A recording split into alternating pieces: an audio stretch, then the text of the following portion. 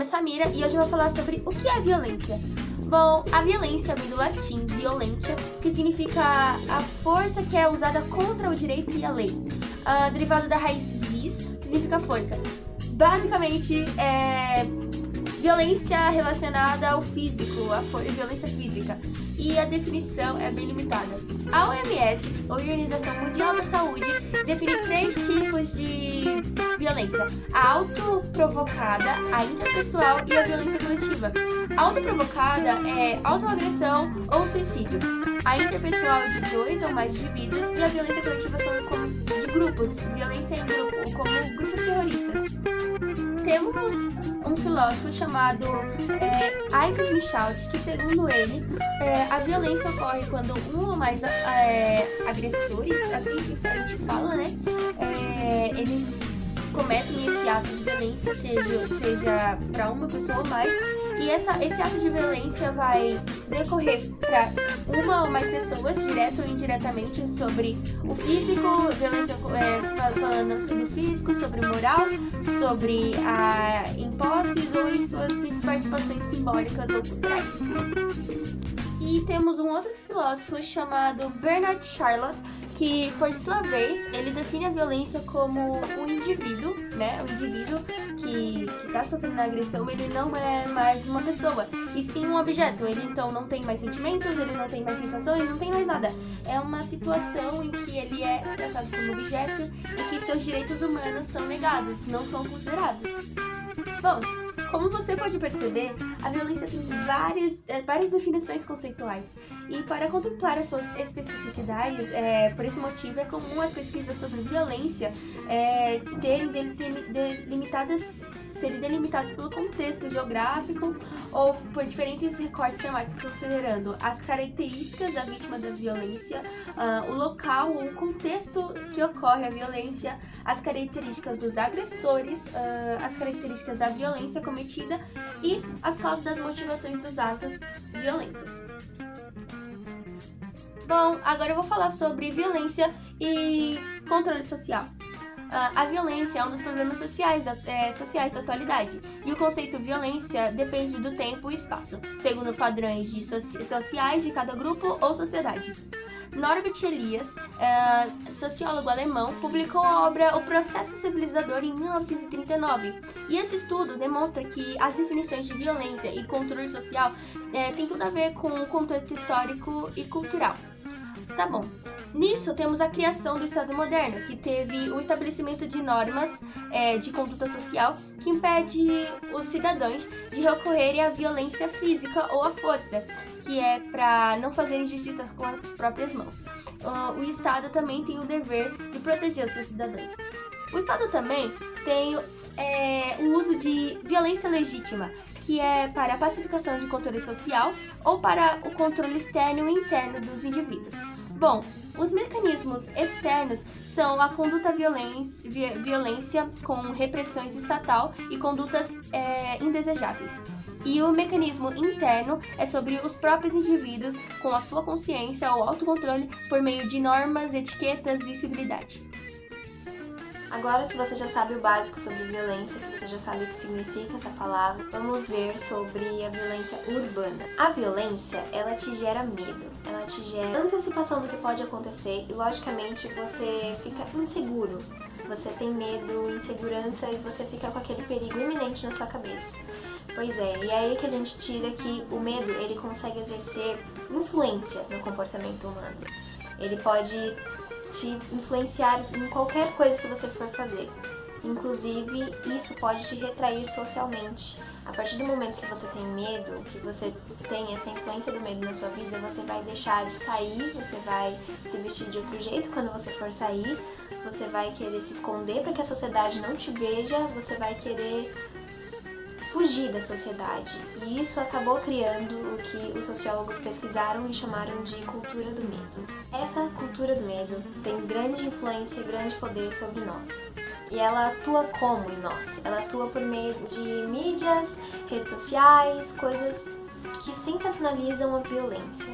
Elas mostram a violência, elas não criam casos, mas elas mostram de uma forma tão tão exagerada que isso acaba te causando medo. Isso é óbvio, isso é instinto humano. Mas isso pode trazer um problema para você, porque além de você só ter medo, você pode receber tantas influências de vários locais que você começa a materializar esse medo. E nessa materialização você pode transformar esse medo em pessoas, você pode transformar esse medo em certas áreas da cidade, em certos locais que são mais perigosos, digamos assim. Um ótimo exemplo disso são as favelas, que os trabalhadores acabaram sendo vistos como criminosos, todos eles, só porque alguns acabaram cometendo crimes, tendo violência realmente no seu cotidiano, mas a favela em si ganhou esse contexto de ser perigosa, de ser violenta. Agora eu vou te mostrar o retrato da violência especificamente no Brasil. Bom, a gente sabe que o cenário aqui também não é muito bom, não é dos melhores. E aqui existe sim uma grande cultura do medo, existem sim os seus grupos de violentadores e de vítimas, e existem tendências específicas de crimes, como por exemplo, os crimes contra a propriedade, que são furto, roubo, vandalismo, existe crime contra a integridade física, que são lesões corporais, existem crimes organizados, como tráfico internacional. Existem crimes decorrentes de conflitos interpessoais, são coisas menores, são conflitos entre vizinhos, conflitos no trânsito, conflitos em transporte público. Existem crimes cometidos contra grupos vulneráveis. Esse é um pouco mais complexo, são violências físicas, psicológicas, morais, contra crianças, adolescentes, grupos específicos contra homossexuais, mulheres, pessoas com deficiências e por aí vai, muitos grupos. E existem graves violações dos direitos humanos, que é o uso abusivo de força política, força policial, um grupo que tem poder sobre outros. É um grupo com poder psicológico, poder de alienação, digamos, que tende a violentar as pessoas. E discorrendo nesse grande assunto, a gente chega num tema específico que é a juventude e a sociedade. Os jovens, eles representam 25% dos resultados dos homicídios da população brasileira. Eles são as principais vítimas da criminalidade, e essa faixa etária está entre os 15 até os 24 anos. Pesquisas mostram que em 2018, 30.873 jovens foram vítimas de homicídio, o que corresponde a 53,3% do total de homicídio do país. Pois é, nesses grandes dobramentos os jovens acabam sendo vítimas principais e também acabam sendo grandes violentadores.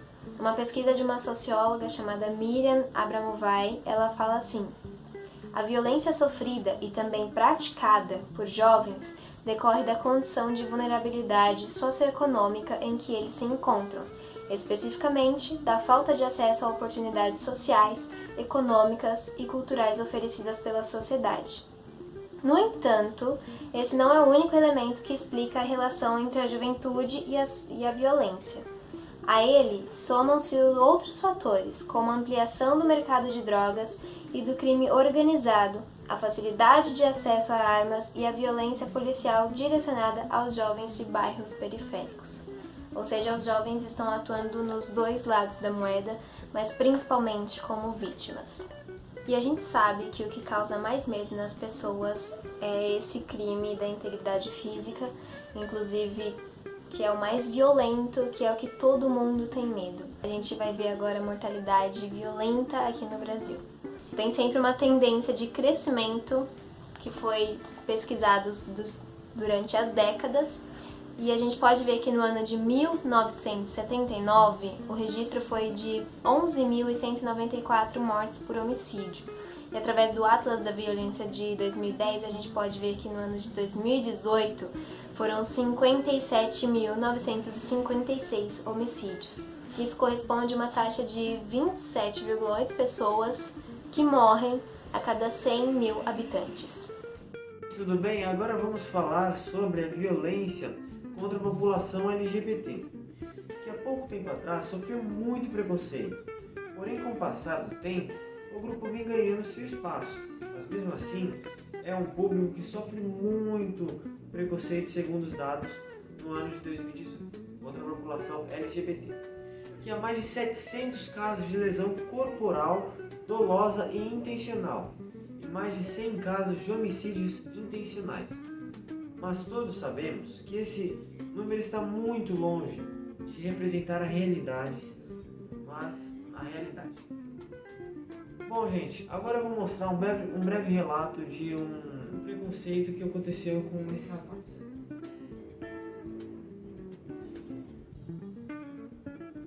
Os olhos inchados que mal se abrem, pelo menos conseguem contar uma história. Mesmo com o rosto desfigurado pelas pancadas e com certa dificuldade para respirar, o ator de 23 anos tem coragem de enfrentar as câmeras e de dizer que foi vítima de homofobia. Por que você está fazendo isso comigo? E pá. E foi tudo muito rápido ao mesmo tempo. E aí, Ele respondia alguma coisa para você? nada. Se respondia, eu não lembro. Mas eu vi quando ele desceu da lota, quando ele já gritou de lá, falando 10%, eu vi no olhar dele a fúria, a raiva dele. Você sentiu que ele foi homofóbico? Sim, 100%. E não é à toa que ele terminou de me bater, a minha prima e esse rapaz me ajudaram, ele virou as costas simplesmente, entrou na pila e foi embora. Marcelo conta que a violência foi cometida por um motorista de ônibus. Bom, gente, aqui vocês podem ver claramente um triste relato sobre esse preconceito ocorrido com o rapaz. Bom, gente, é uma coisa muito triste, sim, uma coisa muito triste. Mas nós temos que respeitar, nós temos que entender, ajudar. Sabe, gente, é muito ruim isso. Você vê uma pessoa sendo espancada porque estava lá pegando transporte público para trabalhar, encontrar um amigo. É muito triste. Temos que ajudar. Sabe, a gente não precisa aceitar, mas a gente pode respeitar. Todos nós merecemos respeito. Isso está na Constituição brasileira, que nós merecemos o respeito. Entendeu? Bom, eu termino a minha apresentação e até a próxima. Falou, pessoal! Bom, agora eu vou falar sobre a violência contra as mulheres. A violência atinge homens e mulheres de formas diferentes, mas, em geral, as mulheres são mais afetadas. Aqui no Brasil, nós temos a Lei Maria da Penha, que é um dos marcos mais fundamentais quando falamos da violência contra a mulher, que se trata de uma lei que foi criada para prevenir e punir os agressores. A Lei Maria da Penha estabelece 5 tipos de violência contra a mulher, que são elas: a violência física, a violência psicológica, a violência sexual, e a violência patrimonial e a violência moral. Só para dar uma explicadinha, a violência física, ela se encaixa em qualquer tipo de ato que ofenda ou integrida a física da mulher ou a saúde corporal. A violência psicológica está ligada a qualquer conduta que cause dano emocional ou que diminua a autoestima da mulher. Também pode ser o caso de alguém que tente controlar suas ações e crenças, decisões por ameaças ou manipulação de chantagem, insulto, e é isso. A violência sexual, como o próprio nome já diz, é quando o agressor força a mulher a ter relações com o homem, ou com a pessoa, na verdade, sem o consentimento dela, ou até mesmo tenta forçar ela a não usar métodos contraceptivos. A violência patrimonial é uma violência que o agressor não agride apenas a mulher, mas também seus bens materiais, sejam de trabalho, seus objetos pessoais. Temos também a violência moral. A violência moral é a que o agressor tenta configurar a calúnia, difamação ou injúria contra a mulher.